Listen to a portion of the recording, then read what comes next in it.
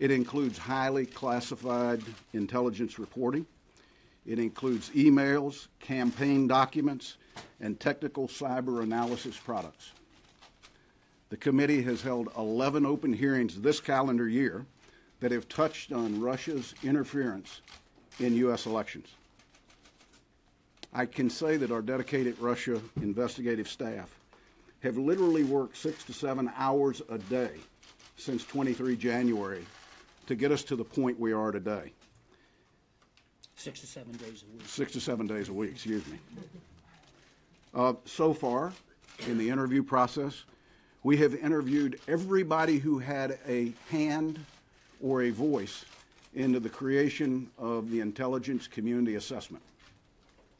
We have spent 9 times the amount of time that the community spent putting the ICDA together, reviewing the ICA, and reviewing all the supporting documents that went in it. But in addition to that, the things that were thrown on the cutting room floor that they might not have found appropriate for the ICA itself, but we may have found of relevance to our investigation. We have interviewed every official of the Obama administration to fully understand what they saw, what clarity and transparency they had into Russia involvement, and more importantly, what they did or did not do and what drove those actions. Again, I'm reminded that we will come out with a finding at some point, and part of that hopefully will be recommendations as to changes we need to make. So we've tried to think as thoroughly through this as we can. We have interviewed literally individuals from around the world. So for those of you that choose to stake out when the next witness is coming, there's some that have snuck through because you don't know who they are. Now, it's safe to say that the inquiry has expanded slightly. Initial interviews and document review generated hundreds of additional requests on our part for information. It identified many leads that expanded our initial inquiry. The volume of work done by the staff has prepared the committee to look at some areas of our investigation that we hope will very soon reach some definite conclusion, but we're not there yet. We're not ready to close them. One of those areas is the ICA itself. Given that we have interviewed everybody who had a hand in the ICA, I think there is general consensus among members and staff that we trust the conclusions of the ICA, but we don't close our consideration of it in the unlikelihood that we find additional information through the completion of our investigation. The Obama administration's response to Russian interference. As I said, we have interviewed every person within the administration. They have volunteered and they have been unbelievably cooperative to come in and share everything they knew, and in most cases were interviewed for over 2 hours. The meeting at the Mayflower. Let me be specific. These are not issues that are closed. We have not come to any final conclusions. We have interviewed 7 individuals that attended the Mayflower event. The testimony from all 7 were consistent with each other, but we understand that with the current investigation open, there may be additional information we find that pulling that thread may give us some additional insight that we don't see today.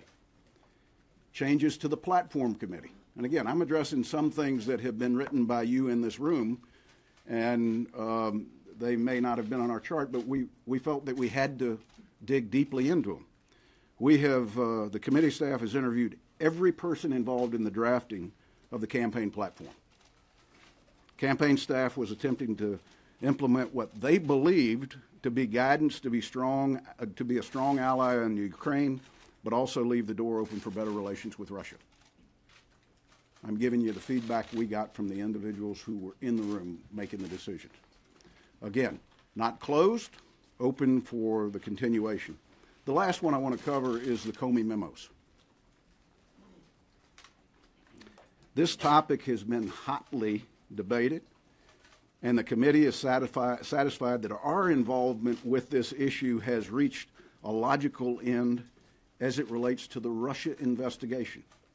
Now again, This is not something that we've closed, but we have exhausted every person that we can talk to get information that's pertinent to us relative to the Russia investigation. Questions that you might have surrounding Comey's firing are better answered by the General Counsel or by the Justice Department, not the Select Committee of Intelligence in the United States Senate. There are concerns that we continue to pursue. Collusion. The committee continues to look into all evidence to see if there was any hint of collusion. Now, I'm not going to even discuss initial findings because we haven't any. We've got a tremendous amount of documents still to go through. And just to put in perspective, I said we've done over 100 interviews, over 250 hours. We currently have booked, for the balance of this month, 25 additional interviews. That may not end up being the total, but as of today, there are 25 individuals booked to meet with our staffs before the end of this month alone pertaining to the Russian investigation. We have more work to do as it relates to collusion, but we're developing a clearer picture of what happened. What I will confirm is that the Russian intelligence service is determined, clever, and I recommend that every campaign and every election official take this very seriously as we move into this November's election and as we move into preparation for the 2018 election. I'm going to ask the Vice Chairman to cover the other areas that we're in the process of pursuing. Well, thank you, Richard. And I want to say at the outset again, I'm very proud of this committee. I'm proud of the way the committee has acted. I'm proud of our staff and the enormous amount of work they've done. I know the Chairman and I see many of you daily in the hallways and know that this feels like it's taking a long time. It is taking a long time. But getting it right and getting all the facts is what we owe the American people. And as we've seen, for example,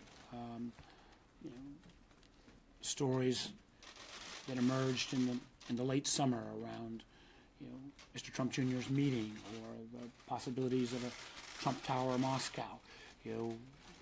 Chairman and I would love to find ways to close things down, but we also still see strains and threads that we need to continue to pursue. I want to touch on two subjects. The first is, echoing what Richard's already said, the Russian active measures efforts did not end on Election Day 2016. They were not only geared at the United States of America. We have seen Russian active measures take place in France. We've seen concerns raised in the Netherlands. We've seen concerns raised in Germany. And we need to be on guard. One of the things that is particularly troubling to both of us is the fact that it's become evident that 21 states' electoral systems were not all penetrated, but there was at least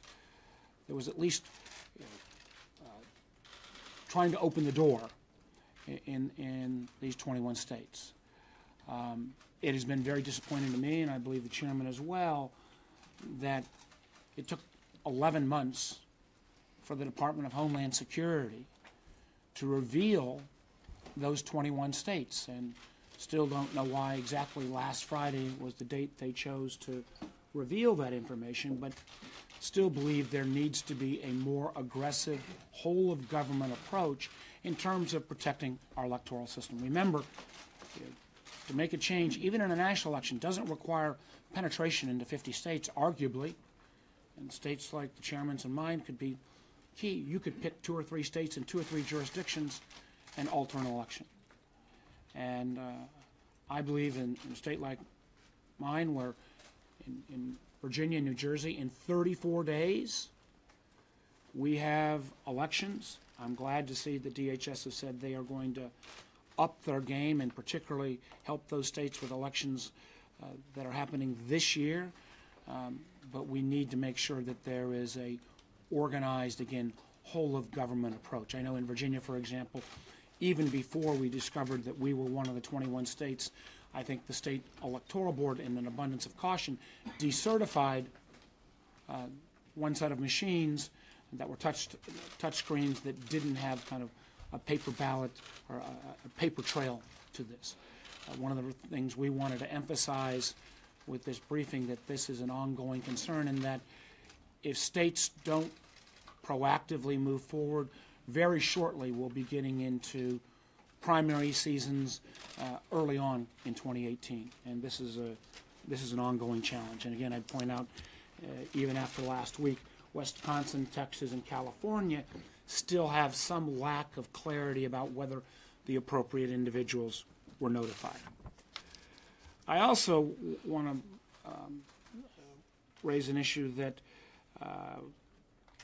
the chairman and I have been working jointly on as well, and that is the Russians' use of social media platforms.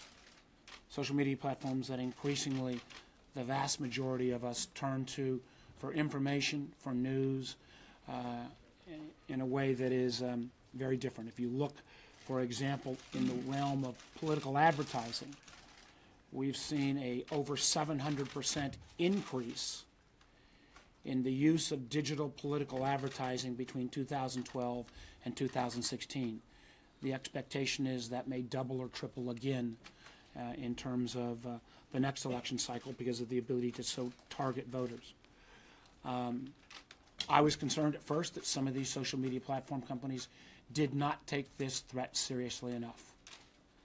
I believe they are recognizing that threat now. They have provided us with information.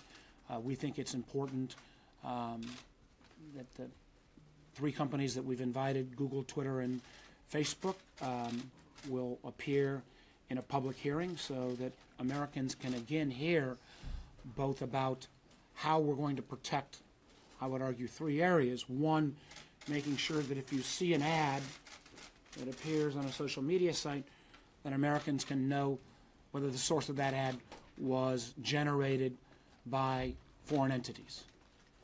Two, to make sure that if you see a story that is trending and becoming more popular, whether that trending is because a series of Americans are liking that story or liking that particular page, or that's generated by real individuals, or whether that's generated by bots, or in some cases it may be falsely identified accounts. For example, Facebook has indicated between 30 and 50,000 such accounts were taken down in France because due to Russian interference. And third, just the notion that both of us have been in politics a long time. If you have somebody running an ad for you, against you, you ought to be able to go down and take at least a look at that content, the same way that if ads are run for or against you on TV, radio, or newsprint, you can at least get a look at that content. This is an ongoing process, but we're seeing increasing levels of cooperation. And with that, I'll turn it back over to the chairman and be happy to take questions. Let me just say that many of you have asked us, are we going to release the Facebook ads? We don't release documents provided to our committee, period. Let me say it again. The Senate Intelligence Committee does not release documents provided by witnesses, companies, whatever the classification. It's not a practice that we're going to get into. Clearly, if any of the social media platforms would like to do that, we're fine with them doing it because we've already got scheduled an open hearing because we believe the American people deserve to hear firsthand. And just to remind people, on October the 25th, we will have another open hearing, number 12, with Michael Cohen. On November 1st, we have invited the social media companies that Mark mentioned to be our guest at an open hearing, and we feel confident that they will take us up on it. As it relates to the Steele dossier, unfortunately, the committee has hit a wall. We have, on several occasions, made attempts to contact Mr. Steele, to meet with Mr. Steele. to include personally the vice chairman and myself as two individuals making that connection. Those offers have gone unaccepted. The committee cannot really decide the credibility of the dossier without understanding things like who paid for it, who are your sources and subsources. We're investigating a very expansive Russian network of interference in U.S. elections.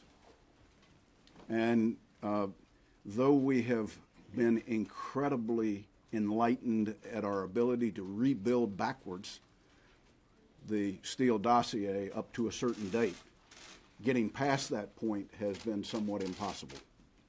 And I say this because I don't think we're going to find any intelligence products that unlock that key to pre-June of 16.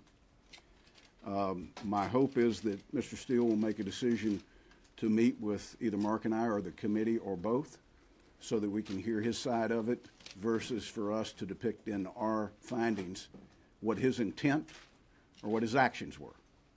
And I say that to you, but I also say it to Chris Steele.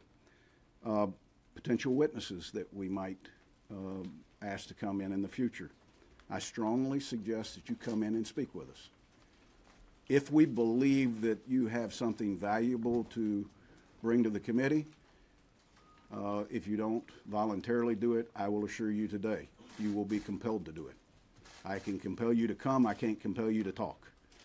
But that will be in a very public, done in a very public way if in fact you turn down the private offer. The committee has proven to be balanced, professional, and that we're willing to listen to everybody. Let me say in closing, for those following our investigation in the press, I want you to know that you only see glimpses of the amount of work the committee's done. We're doing much of our work behind closed doors to ensure the privacy and the protection of witnesses and sensitive sources and methods. It's become increasingly clear that the committee has stayed focused on building the foundation to be able to finish our investigation thoroughly and in an accountable way. I'm confident today that when we started, we chose wisely by choosing our professional staff to do this investigation and not to the talking heads all around the country that suggested we couldn't do this unless we went out and hired a whole new group. And I think the numbers here reflect that. Ultimately, we look forward to completing our work and presenting our findings to the public. I can't set a date as to when that will be. Mark can't set a date as to when that can be. We will share with you when we have exhausted every thread of intelligence, every potential witness that can contribute anything to this. I don't, by any stretch of the imagination, tell you that there's been value to everybody we've met with. But if we hadn't met with them, then you would have questioned us as to why we didn't. Now, the truth is, nobody in this room, and Mark and I might be included in it, none of us in this room may know everybody we've met with. We're not going to share who we interview. We're not going to share what we ask, and we're certainly not going to share what they tell us. Mm-hmm. We're not going to share with you the documents that we got, but when you receive 100,000 documents plus, a large group of that coming from the Trump campaign alone, when you look at the country's most sensitive intelligence products, let me assure you, we're going to get the best view of what happened that anybody could possibly get. At the end of this process, we will be sure that we present to the American people our findings as best we have been able to accumulate them. So with that, I'll be happy to open it for questions. Chad? Thank you. Have you seen any evidence of a nexus between these Russian Facebook ads with the Trump campaign or with any political campaign? Chad, we haven't even had our hearing with any of the social media platforms. I think if you look from 10,000 feet, the subject matter of the ads was seems to have been to create chaos in every group that they could possibly identify in America. From a standpoint of any involvement, let us have the opportunity to have these folks in, ask them the questions. In many cases, they didn't even take advantage of some of the most technical targeting tools that exist within those social media companies. So I would defer answering your question until we've completed the And investigation. let me just add that, you know, I believe and I think you will see that there will be more forensics done by these companies. Again, when we just look at scale, France versus the United States, for example, on one of the platforms, Facebook, in terms of what happened, I think they've got some more work to do, and I'm pleased to say I think they are out doing that work now. Senator, the president has said repeatedly that any talk of collusion is a hoax. You've gone through all these documents, you've interviewed all these people. At this point, is the president right? Is this a hoax? I'm going to let you guys quote the president and ask him questions about what he says. It's not going to be the committee. We're going through a very Do you have difficult any process. evidence to suggest, to rule out that the president knew anything about any of these contacts that occurred between any of his associates and the Russians? Let me go back and say, because I thought I was pretty clear, that the issue of collusion is still open, that we continue to investigate both intelligence and witnesses, and that we're not in a position where we will come to any type of temporary finding on that until we've completed the process. Casey? You say that the issue of collusion is still open.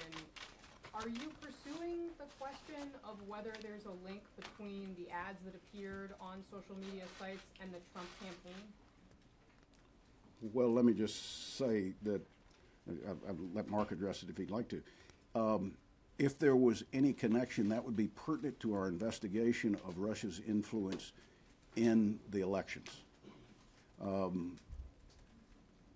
We have had incredible access and cooperation by those social media companies that have been in. Some of them have been interviewed twice.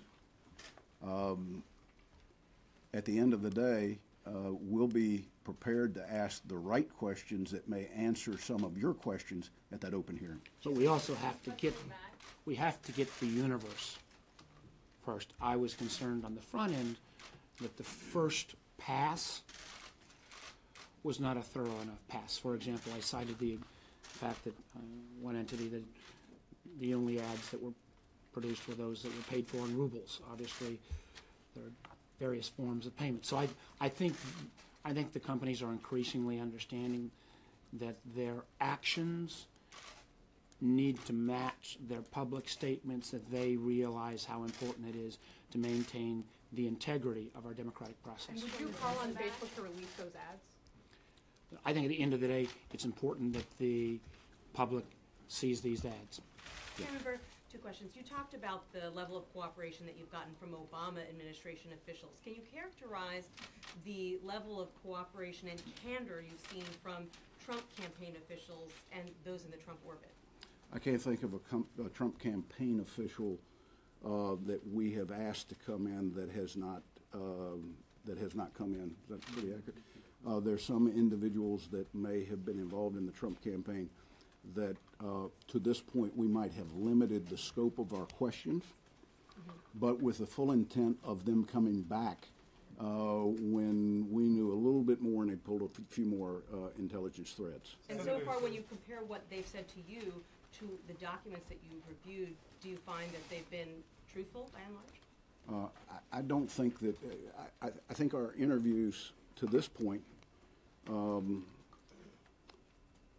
outside of the 5 specific areas of buckets that we knew exactly what the universe of people we wanted to talk to, we knew what we were trying to find out, that we're very much in an exploratory mode trying to piece together what people did, where they were, who they talked to.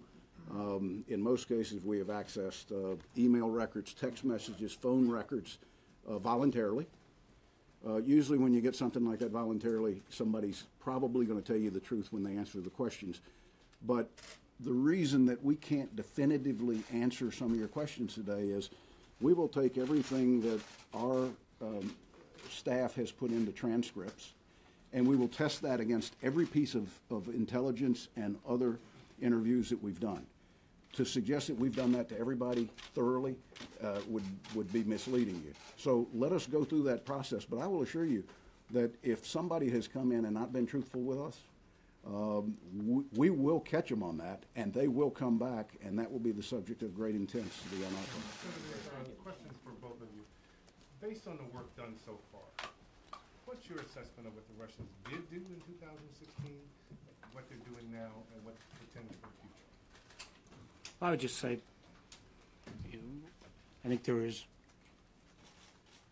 a large consensus that they hacked into political files, released those files in an effort to influence the election.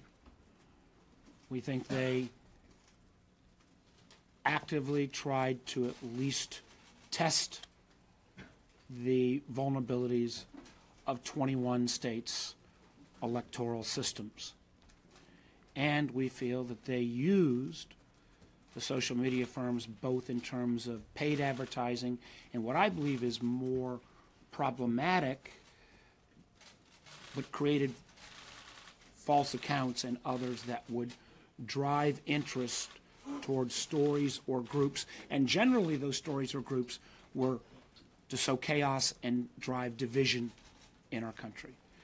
And I think that the pattern that they used in America, they have used in other nations around the world. And I fear sometimes if you add up all they've spent, that was a decent rate of return for them, unfortunately. Let me add to it if I can. We can certifiably say that no vote totals were affected, that the tallies are accurate, the outcome of the election based upon the count of votes. They did not in any way, shape, or form that we've been able to find alter that. I want to reiterate something that Mark said. You can't walk away from this and believe that Russia is not currently active in trying to create chaos in our election process. I assume that the same tactics that we saw in Montenegro, in France, in Belgium, and in the United States will continue to be tested within our structure of the election process here, Tom. Thank you, Senator. Pivoting off that point, you just noted that Facebook, they say 10 million people saw their ads. There was an information campaign waged against one candidate by the Russians. And of course, they probed 21 states, perhaps more, that we didn't catch. So can you definitively look at the American public, Senator Byrd, and say that the election was not influenced in any way by this massive Russian operation? Well, let me take issue with your premise of your question. Neither Mark or I said that there was a campaign targeted against one. We're looking at both campaigns. Well, that's what the ICA has said. The ICA did not look at collusion of the campaigns. The ICA looked at Russian, let me finish, Russian involvement in the election process. We're in agreement with that. We have not come to any determination on collusion or Russia's preferences. If we used solely the social media advertising that we have seen, there's no way that you can look at that and say that that was to help the right side of the ideological chart and not the left, or vice versa. They were indiscriminate. One of the things that's most challenging to this investigation is, with the exception of certain pieces that have already been discussed, it seems that the overall theme of the Russian involvement in the U.S. elections was to create chaos at every level. And I would tell you the fact that we're sitting here 9 months later investigating it, they have been pretty darn successful. Chairman Burr, how would you rate the administration and the country's response to this in terms of preventing something like this from happening in the future? And how ready are we for Virginia's election and 2018? What more needs to be done? I'll let Mark address Virginia. But let me just say this. Our role is not to necessarily suggest here are the things we need to do. Our investigation should create a roadmap for committees of the proper jurisdiction to follow, for states to follow. Mark and I made a decision to take the initiative in our authorization bill that we require in our authorization bill that there be a designated person in every state who has a security clearance to be briefed on election issues. We couldn't say Secretary of State because that's not the case in every state, but we felt compelled with what we had learned to make sure that just the fact that somebody wasn't cleared at a high enough level would put a state out there not being notified. So we've made some steps in the right direction. As we see those things that we think it's appropriate for us to do, we will do them. If we see that it's not appropriate for us to do, we will hopefully convey that in a way that presents a roadmap for somebody else. Are you satisfied that the administration is paying a close enough level of attention to this that they're Let appropriately me concerned? add, and I appreciate what Richard just said. I think putting this impetus in our intel bill, I mean, it seemed very strange to me that somehow there was an excuse being given, we can't tell the top election official because he or she may not have a high enough clearance. I'm glad to see, as of last Friday, DHS has changed that position. But I do believe we need more, and this is, I would say that, whether it's this administration or any administration, a whole of government approach about protecting our electoral system, but we need a whole of government approach for that matter, maybe a whole of society approach in terms of our cyber vulnerabilities across the board. Came from a hearing this morning where there was pretty uniform consensus that the Equifax breach, where most of our private personal financial information may be in the hands now of rogue elements, that there wasn't appropriate cyber protections there. So this is that this is why I characterize some of this as wild, wild west, this whole realm in cyber. We all need to step up our game. Senator, has the Russian lawyer who I'm going to go right here. Trump, is she Thank you. I'm going to go right here. for you? Do you think that this report needs to be done, your conclusion needs to happen before the 2018 election in order to warn people about what can happen next? And where do you think the most work needs to be done? I'm not going to set an artificial deadline, but I think Mark and I would agree. We've got to make our facts as it relates to Russia's involvement in our election public prior to the primaries getting started in 2018, which means sometime the first year. It's still my aspirational goal to finish the entire investigation this calendar year. Don't think I've changed. But when we started 9 months ago, I saw 3 buckets, and today I talked about 5 or 6. So I didn't dream then what would expand to. I can't predict what witnesses are going to share with us that might lead us in a different direction. And one of the things that, again, I think the committee has been very good at is, we're going to follow the facts. And we want to do it as quickly as possible, but we want to do it right and follow the facts. Is the Russian attorney going to come through? The Russian attorney met with Donald Trump Jr. She's offered to come in open committee. Have you reached out to her? Is she one of the 25 on your list? How do you know we haven't already interviewed her? You did. I'm asking. Thank you. Hi, this is a question for both of you. Is there any progress forward on creating legislation that would create new rules for regulating how political advertising works in these platforms that Republicans have discussed with Democrats? I know that you and Senator Klobuchar were. Yeah, Senator Klobuchar and I are working on something, and that would, I believe, be the lightest touch possible, and that light touch would focus on making sure that foreign paid-for advertising doesn't penetrate our political system, and that there was an ability to at least look at the content that appears in political campaigns the same way that, similar to the rules that the rest of media already has. I want to make sure we get, and we're hoping to finish that draft in the coming days, and I can assure you that one of the first people I want to share that with is my chairman, because this ought to be an area where I think there would be broad bipartisan consensus. My hope, at least from some of the comments of some of the companies, I've heard at least comments that they are open to this type of disclosure. Let me just state fact today. It is illegal today for foreign money to find its way into U.S. elections. So it's not like we've got to rewrite some laws. Yeah. I just want to get clarification on this. So far you have not been able to verify the intelligence community's assessment that Russia was weighing in on the side of Donald Trump? We feel very confident that the ICA's accuracy is going to be supported by our committee. We're not willing to close the issue given the nature of the rest of the investigation, that we might get a thread of intelligence that suggests possibly an area of the ICA that our interpretation is different. So we're leaving it open. It's not closed. And I think any smart investigation would stay open until we've completed. And that's, again, let me just add to that. Yeah. That's one of the things we're trying to be very careful here is as Richard mentioned, some of these meetings where we've talked to most folks. We also know this has to be talked through with all the balance of the committee members.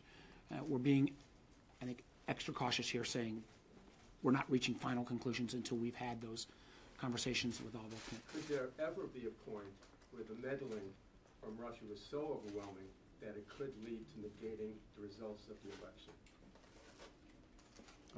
Maybe that's a theory people are working under. All I can tell you is that the votes were counted, one person won, and that's how it's going to stay. Prior to the release of your committee's report, will there be any coordination on what the Senate Judiciary Committee has found in its own investigation? Listen, we're focused on our investigation. Everybody has their jurisdictional lanes. My hope is that they stay within those lanes. We talk, I won't say regularly, but when we need to, with the special counsel. The special counsel is focused on criminal acts. We're not focused on criminal acts. If we find one, then they're the first phone call we make. Senator, the president is the commander-in-chief and he's charged with protecting the country, but he hasn't really spoken out on this issue other than the call to hope. Do you want to see him lead some kind of effort, speak out, do something tangible to protect the country from these what you consider to be ongoing attacks from Russia? Listen, I think the vice chairman alluded to the fact that though it was slow getting DHS to recognize this, it didn't take as long as it did for the last administration to run the clock on it. So we're not trying to look back and point to things that were done wrong. Everybody's done things wrong. I want to talk about prospectively. Should the president now take what you're saying today, speak out against it, and lead some kind of effort to protect the country? I'm not asking the president to take the briefing that we give at a press briefing about progress and assume that in any way, shape, or form fully encapsulates what our final report will say. What I will say is what the vice chairman pointed out, that the Department of Homeland Security has taken a different posture. It's his administration. I'm sure they had his direction or his leadership's direction. We're pleased with the progress that they're making, but some of the things that hopefully we will be able to point out will be important steps to be incorporated in their thought process moving forward. Thank you, guys. Thank you. We gotta run. Thank you.